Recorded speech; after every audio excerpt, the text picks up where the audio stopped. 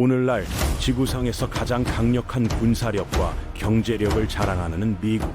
그 시작은 의외로 초라했습니다. 콜럼버스가 신대륙을 발견한 이후에도 무려 한 세기가 넘도록 거의 모든 유럽 강국들이 북미 대륙을 완전히 외면했다는 사실을 아시나요? 금과 은이 쏟아지는 남미에 비해 북미는 그저 황무지나 다름없었고 추위와 질병만 가득한 쓸모없는 땅으로 취급받았습니다. 하지만 바로 이 버려진 땅에서 어떻게 세계 최강국이 탄생할 수 있었을까? 지금부터 그 놀라운 이야기를 시작하겠습니다.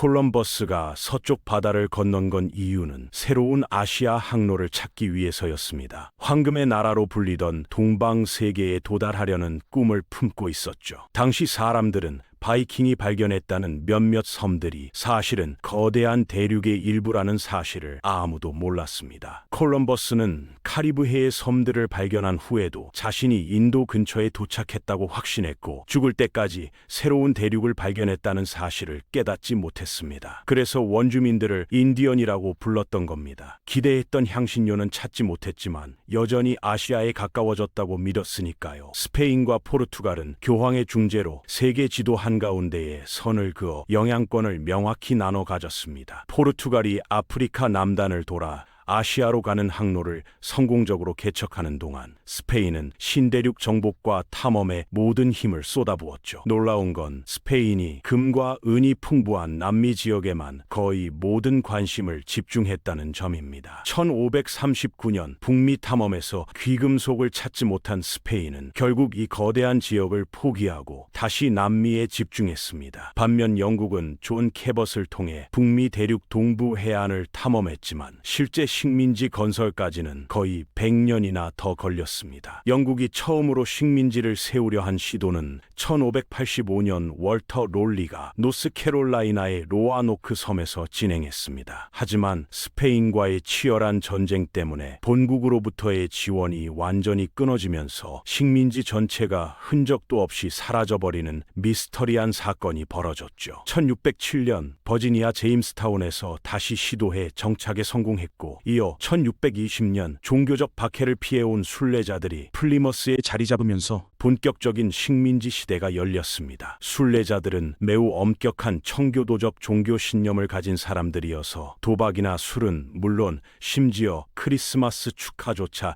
신의 뜻에 어긋난다며 금지했을 정도였습니다. 시간이 흐르면서 영국의 13개 식민지는 꾸준히 성장했지만 프랑스는 북미 중부와 남부의 광대한 지역을 차지하고 있었습니다. 하지만 프랑스령 루이지애나의 인구가 고작 6만 명 수준에 불과했지만 영국 식민지는 이미 100만 명을 훌쩍 넘긴 상황이었습니다. 1754년 프렌치 인디언 전쟁이 시작될 때 결과는 사실상 거의 정해져 있었다고 볼 수 있습니다. 프랑스가 여러 원주민 부족들과 연합해서 게릴라전을 펼쳤지만 압도적인 인구 차이와 경제력 격차를 극복하기엔 역부족이었거든요. 영국이 결정적인 승리를 거둔 후 북미 대륙의 지도는 완전히 새롭게 그려졌습니다. 프랑스는 전쟁 중에 미시시피 강 서쪽의 루이지애나 지역을 스페인의 비밀리에 넘겼고 동쪽 대부분은 영국이 가져가게 됐습니다. 하지만 화려한 전쟁 승리의 대가는 결코 만만치 않았습니다. 영국 정부는 막대한 전쟁 비용과 새로운 영토 관리 비용을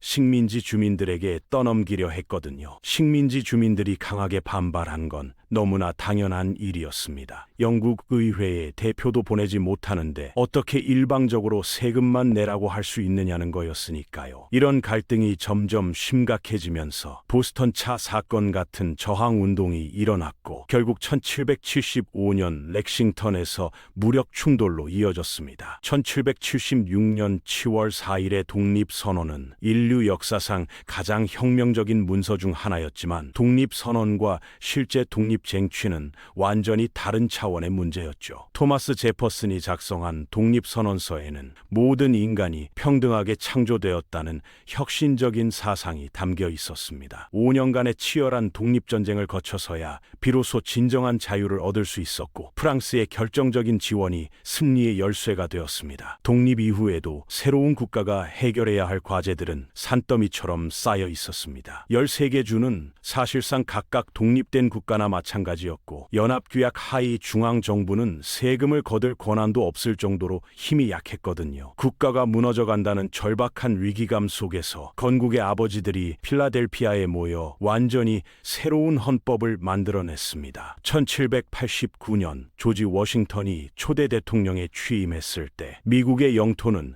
여전히 동부 해안의 아팔라치아 산맥까지만 해당됐습니다. 서쪽의 광활한 땅들은 여전히 대부분 스페인 소유였고, 영국도 북쪽과 서북쪽에 상당한 영향력을 유지하고 있었습니다. 나폴레옹의 등장과 유럽에서의 권력 변화가 멀리 떨어진 미국에게는 뜻밖의 절호의 기회가 됐습니다. 유럽 정복에 집중하고자 했던 나폴레옹은 루이지애나를 스페인으로부터 다시 되찾았지만 곧 그 계획을 바꾸게 됩니다. 미국이 적국인 영국 편에 서는 걸 막고 영국과의 장기전을 위한 막대한 자금을 마련하기 위해 루이지애나 전체를 팔기로 결정한 겁니다. 원래 뉴올리언스 항구만 사려고 했던 미국이 단돈 1억 7천억 원으로 영토를 2배로 늘리게 된 건 정말 믿기 어려운 행운이었습니다. 당시 미국 가정들은 평균 7명 정도의 자녀를 두고 있었고, 전체 인구는 놀랍게도 20년마다 거의 2배씩 폭발적으로 증가하고 있었습니다. 이 모든 사람들에게는 새로운 농지와 정착할 땅이 절실히 필요했고, 서부로의 대규모 이주가 급속도로 진행될 수밖에 없었죠. 물론 이 과정에서 수천 년간 그 땅에 살아온 원주민들의 사냥터와 성지를 빼앗으면서 많은 갈등과 비극이 일어났습니다. 1819년 스페인으로부터 플로리다 반도를 약 7천억 원에 매입한 후 동남부 국경선이 비로소 확정됐는데, 2년 후 멕시코가 스페인으로부터 독립하면서 남서쪽에 새로운 이웃 국가가 생겨났습니다. 멕시코 정부는 인구가 희박한 텍사스 지역의 개발을 위해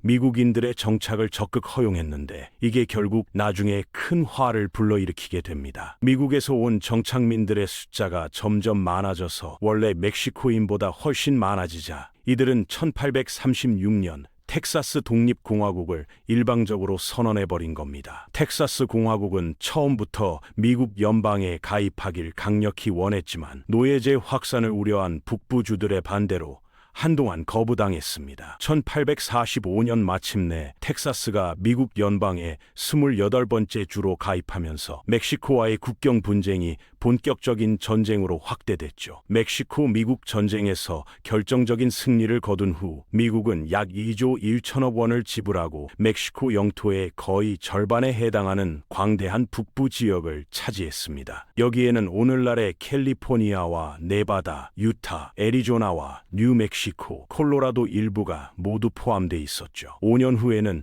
약 1조 4천억 원을 추가로 지불하고 게즈던 매입을 통해 남부 철도 건설에 필요한 추가 영토까지 확보했습니다. 북쪽의 영국과는 오리건 영토 문제를 전쟁 없이 평화적인 협상을 통해 해결하고 북위 49도선으로 국경을 확정했고요. 불과 50년이라는 짧은 기간 만에 미국은 대서양 연안에서 시작해 태평양까지 뻗어나가는 거대한 대륙 국가로 완전히 탈바꿈했습니다. 1848년 캘리포니아에서 금이 발견되면서 시작된 골드러시는 서부 개척에 엄청난 가속도를 붙였습니다. 수십만 명의 사람들이 하루아침에 부자가 되겠다는 꿈을 품고 험난한 여행을 감수하며 서쪽으로 몰려갔죠. 오리건에는 무료로 받을 수 있는 비옥한 농지가 풍부했고 캘리포니아에는 금광이 있었으니 미국은 그야말로 기회의 땅처럼 보였습니다. 하지만 겉보기와 달리 미국 내부에는 언젠가 폭발할 수밖에 없는 노예제라는 시한폭탄이 계속 도사리고 있었죠. 북부의 공업지역에서는 노예제를 인간의 존엄성에 어긋나는 절대악으로 여기는 분위기가 강해졌고, 남부의 농업지역에서는 면화 재배 경제의 핵심으로 여겼거든요. 새로 편입되는 주를 자유주로 할지 노예주로 할지를 두고 정치적 갈등이 점점 심각해졌고 결국 국가 분열로까지 이어졌습니다. 1860년 노예제 반대론자인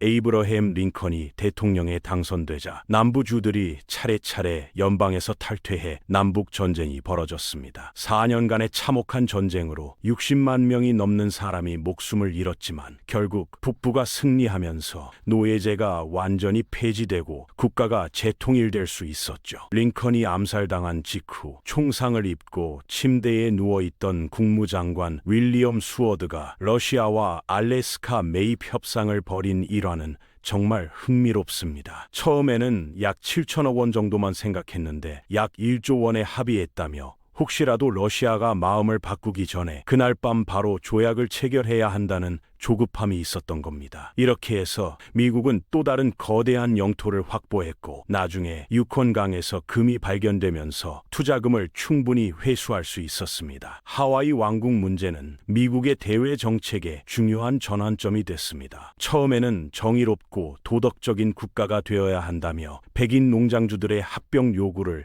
단호히 거부했지만 다른 강대국이 이 전략적 요충지를 차지할 위험성을 고려해 1898년 결국 합병했거든요. 같은 해에 일어난 스페인 미국 전쟁에서 쿠바의 독립을 지원하고 푸에르토리코와 필리핀까지 차지하면서 콜럼버스 이후 300년간 지속되어 온 스페인 제국이 사실상 완전한 막을 내렸습니다. 시어도어 루스벨트가 대통령이 되면서 미국의 세계적 영향력 확대가 본격적으로 시작됐습니다. 파나마 운하 건설을 위해 콜롬비아 정부가 조약을 거부하자 파나마 지역의 독립운동을 적극 지원해서 목적을 달성하는 현실주의적 외교를 펼쳤죠. 세계에서 두 번째로 강력한 해군을 건설하고 1914년 마침내 파나마 운하를 완공하면서 미국은 명실상부한 세계 강국의 반열에 확실히 올라섰습니다. 1차 세계대전이 유럽에서 시작될 무렵 미국은 이미 국제 정치 무대의 핵심적인 플레이어로 완전히 부상에 있었던 겁니다. 무시당했던 북미 대륙의 작은 식민지에서 시작해서 불과 200년이라는 짧은 시간 만에 세계 최강국이 된 건 인류 역사상 정말 유례를 찾기 어려운 놀라운 성취였습니다. 광활한 영토와 풍부한 자원, 그리고 전 세계에서 몰려든 이민자들의 도전 정신이 만들어낸 기적적인 결과라고 할 수 있겠죠. 오늘 영상이 유익하셨다면 구독과 좋아요 부탁드립니다. 다음 영상에서 뵙겠습니다.